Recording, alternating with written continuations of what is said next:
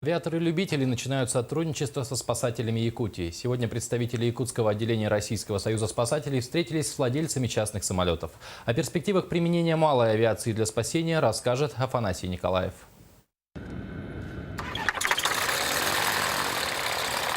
Российский легкомоторный самолет «Птенец-2» вылетает на демонстрационный полет. Он идеально подходит для поисковых и патрульных работ. Крейсерская скорость 100 км в час. Разбег и пробег меньше 50 метров.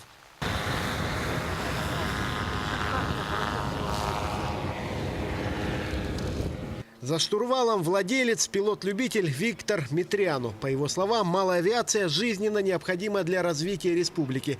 И большинство якутских авиаторов-частников будут рады помочь спасателям. Я даже за, и не только я, много. Потому что бывает, даже охотники идут, то бензин там за 300, за 400 километров. Бензин то заканчивается, то мороз, то этот. Ну, бывают такие случаи. Вот у меня были, когда звонили ночью. Вот, потерялись, надо найти, искать.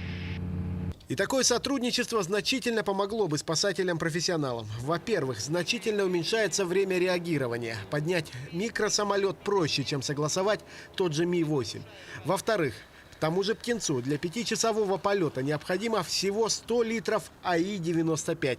Ми-8 сжигает бочку авиакеросина только на взлет. Что очень важно для службы спасения, это повысило бы эффективность поисковых работ. Мы могли бы начинать авиапоиски уже сейчас же, сразу, как только случилось, по горячим следам. И значительно дольше и больше могли бы проводить летного времени на разведку и ледовых полей, и поисковых работах. Небо открылось для авиации общего назначения совсем недавно. И при поддержке со стороны правительства и республики. Вместе спасатели и летчики-любители, а возможно и отдельное спасательное авиакрыло смогли бы сделать Якутию значительно безопаснее. Афанасий Николаев, НВК «Саха», Намский район.